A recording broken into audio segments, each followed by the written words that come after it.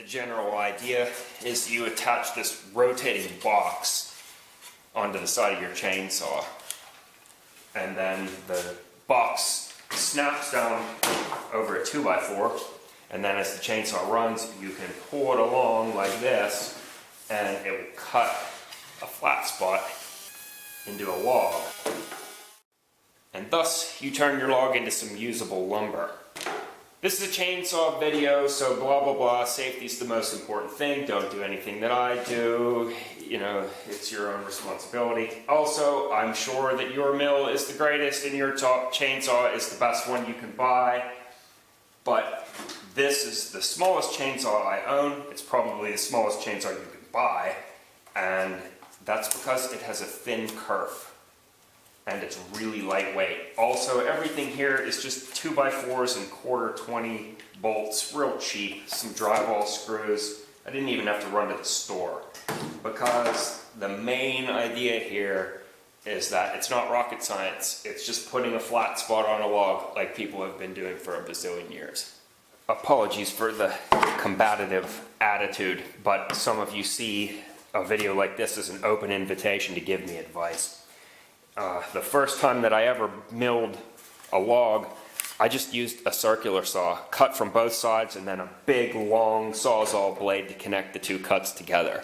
So what gets you through milling wood is tenacity. You can do this if you want, but I've milled various ways, and this is a really simple way. I haven't tested this, but I feel certain that I can produce a usable result.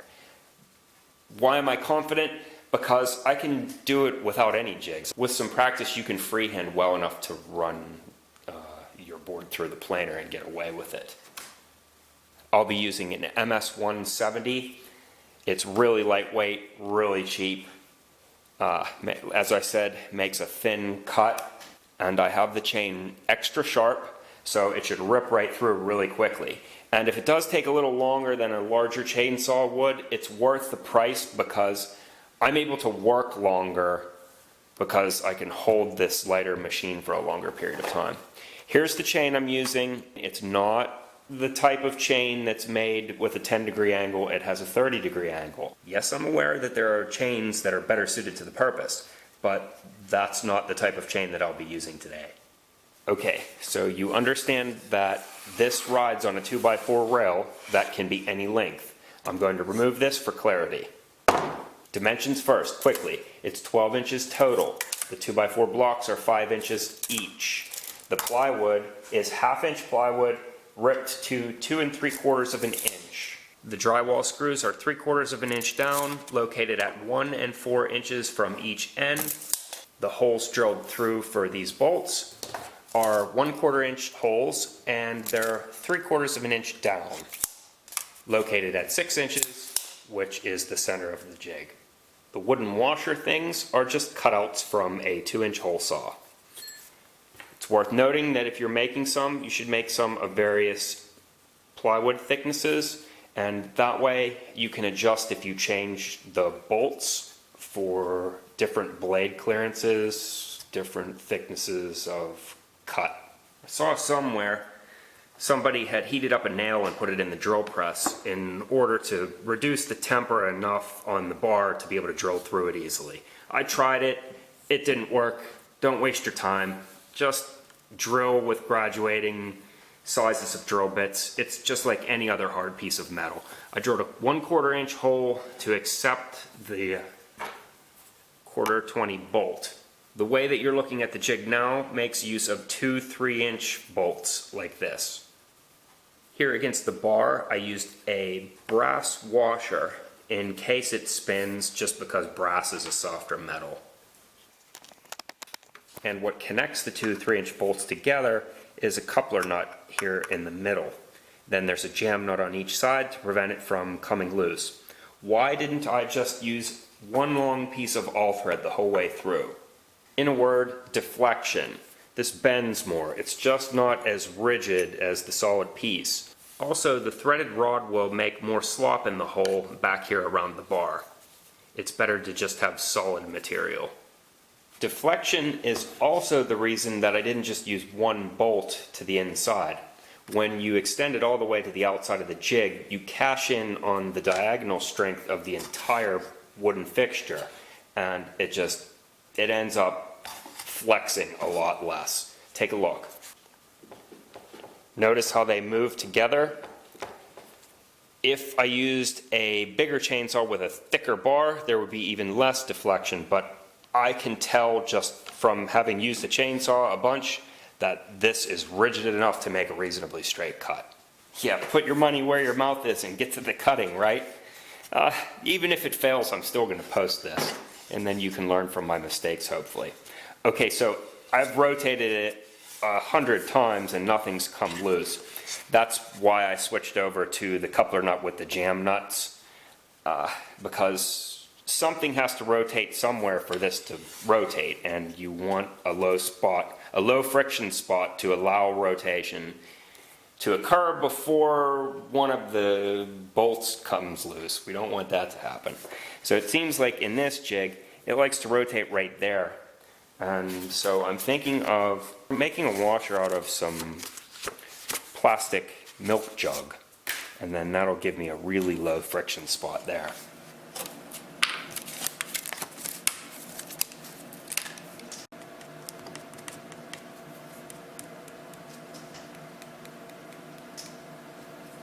You need at least a half of a tube of graphite in order for this to work. Sarcasm.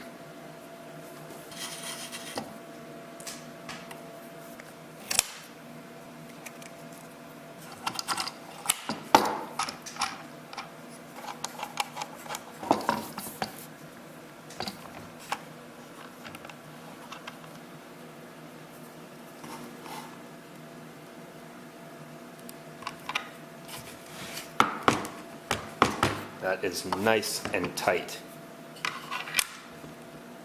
And then the last thing is this jam nut.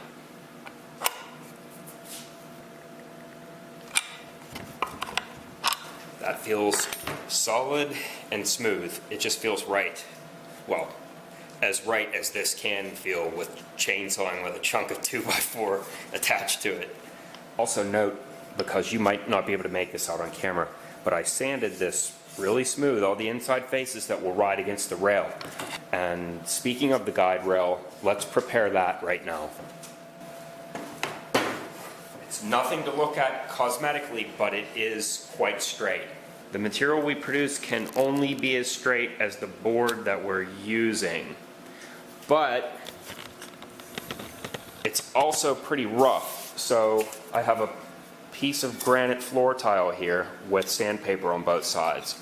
I'm not going to pass it through a planer. I'm not going to pass it through a jointer. I'm just giving it a flat sanding to help knock off any of those little bumps that might snag my apparatus there.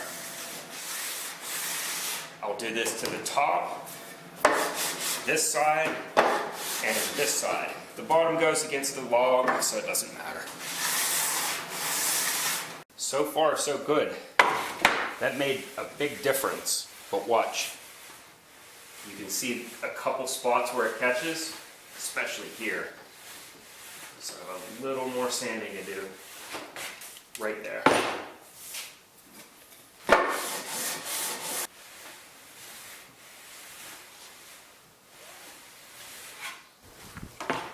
Here are the materials that we're working with today. That one is about 7 feet long. It's at its bottom about 10.5-inch diameter. This one here, it's about 13 or 14 feet long, and it has about a 15-inch diameter at the base. Both are maple. They've been sitting here for about 2 weeks, and the reason that they're white is because there's paint on the end to keep the moisture from coming out. Now, I want to talk about the limitations inherent to this design. It's very important to consider this. In terms of milling, this is as low commitment as you're ever going to get, but it's almost toy-like. It'll work for small things, but this bigger log, it's going to give me a problem. The maximum depth that I'm going to get here is about 11.5 inches, and that's on a bar that the maximum cut I would normally get is about 14.5 inches. So in order to get this here, I sacrifice some of my depth. If I keep this angle at 90 degrees, which is not entirely practical, 11.5 tops. This is the price that you pay for the simplicity. Now, you might suggest, why not add a bigger bar and a bigger saw? Because as the bar lengthens, so does the amount of error. The idea is projected error. If you look way out there in the distance, about 100 yards away, there's a utility pole. And if I wanted to determine what level is from here to there, you can't use a tiny instrument like this little 8-inch level, because whatever reads level, if it's off just a little bit here over this 8 inches, that error is going to project out to feet way out there. I'll put a link below to a video about milling with an apparatus that connects to this part of the bar as well, and it really makes a stable device that the results speak for themselves. So go check that out. I'll put a link there.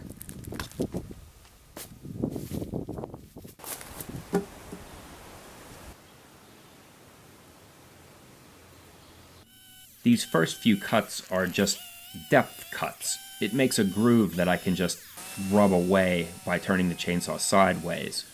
I'm trying to get it approximately flat just so that I don't lose any depth of cut later.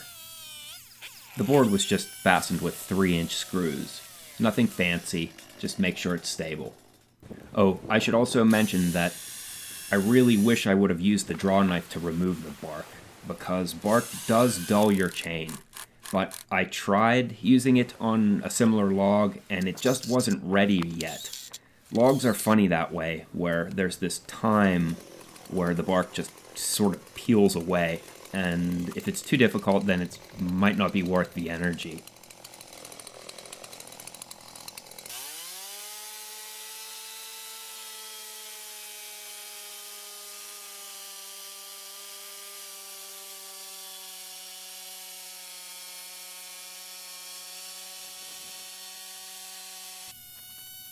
The contrarian in me wanted to use this little chainsaw deliberately, just because everybody says you can't.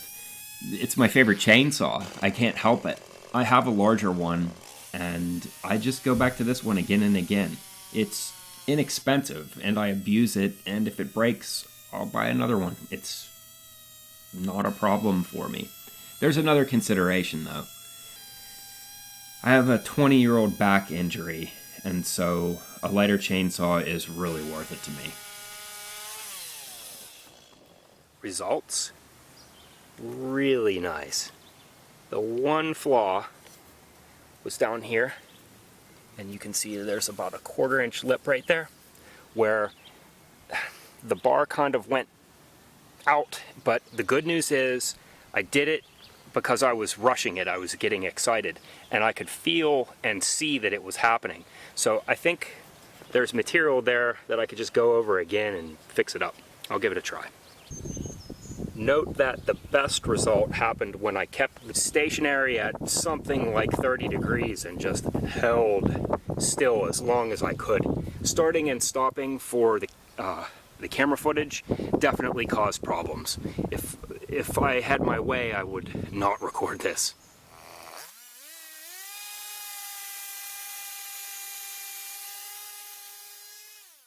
Okay, real quick, my early conclusions are, yes, you must have one of these. It's very easy to operate, very easy to build, and it's virtually zero commitment. Caveat, it works nice for a small log, but for this monster here, I don't think I would recommend it. But we'll see. I'll catch up with you later. I'm going to do the other side.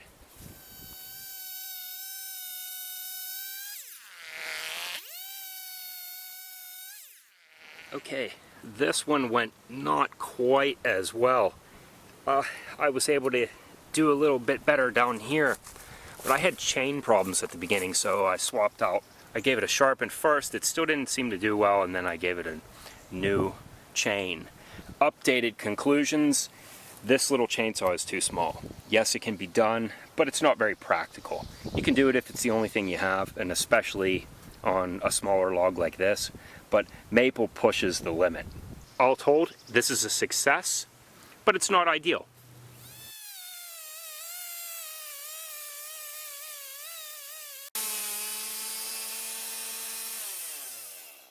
Those slabs were not wasted. I made them thick on purpose because they're edge material for this pea gravel bed under the deck. This little garden bed was put in about 1.5 years ago, so that's how you can expect it to hold up over time. Just be sure to remove the bark, because bark just holds moisture and it'll make it rot faster. Okay, so an updated update. I was able to straighten it up a little better. It's certainly not bad at all. One thing that I want to advise anybody who wants to attempt this on, don't rush it. It's a lot of the imperfections in this are the result of me just trying to get through it fast. It's just really natural to want to push the tool to work faster. You just have to let it do its thing. After a little bit of practice, I think this could really do pretty well. I give it a B+ grade. Probably the best thing about this process, though, is that with each cut, the subsequent cuts become easier because the log isn't as thick. Now, I didn't want to make screw holes anymore, so you'll notice in all of the follow-up cuts that I use clamps whenever it's possible. In order to use the clamps, though, you have to do this little clamp dance where you move the last clamp from behind the chainsaw to over to the center of the board again. It's unfortunate, but most of the work here is not chainsaw work. It's work that takes place around doing the chainsaw. Lots of carrying and grabbing things and running back and forth.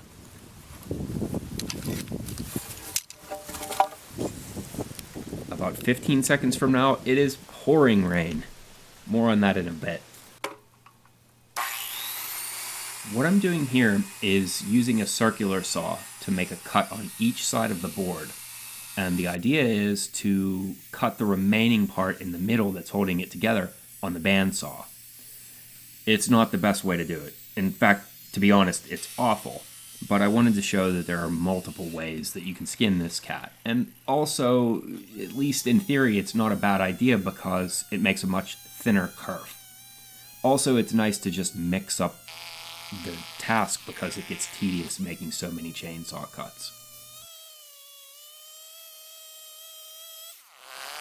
I'm freeing it away here with the chainsaw, and I'll be moving it into the bandsaw in a moment.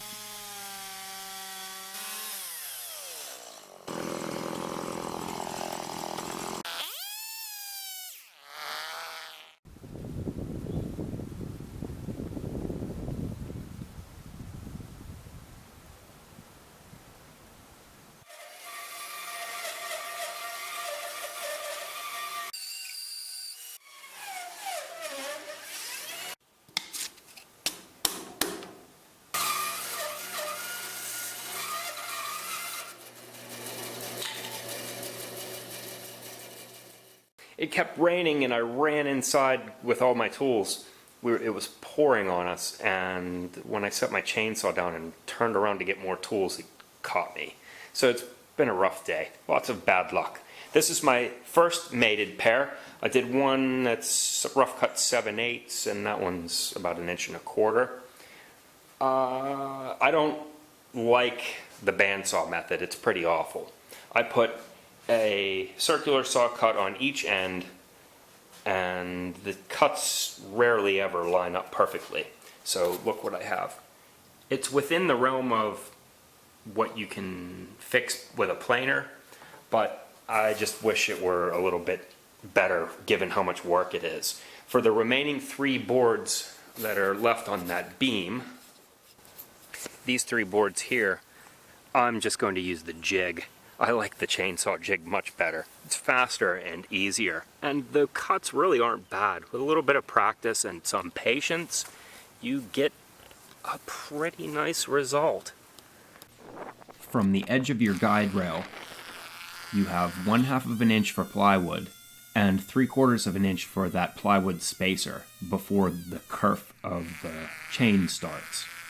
So you have to add those two numbers up to determine how much material is the smallest amount of material that you can use this device for. The good news is that once you get it that small, the remaining board can be moved to the table saw. Keep an eye on your clamps. They can rotate loose while the chainsaw is running.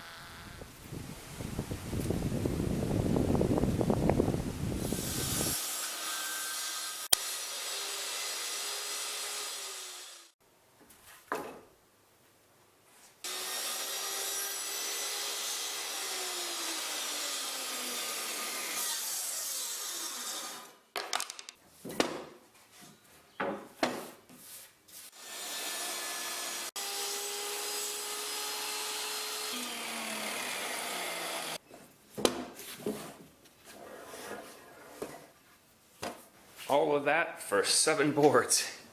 That's it for now. Now they just have to cure for a year. They range in thickness from, I don't know, about 1 inch to 1.25 inches. And after they air dry for about a year, then I'll run them through the planer and give them better edges, straighten them up. That's a lot of usable material for me. So is it worth it? That's for you to decide. For me, every once in a while, sure it is. One more thing, I put polyurethane on the ends just to keep the moisture from squeezing out of the ends too quickly. And I'll keep these out of the sun and off the floor and stacked with spacers between them, nice and flat. Thanks for joining me. Hope you found this somewhat interesting and useful. See you next time. Next time will probably involve a slightly bigger chainsaw.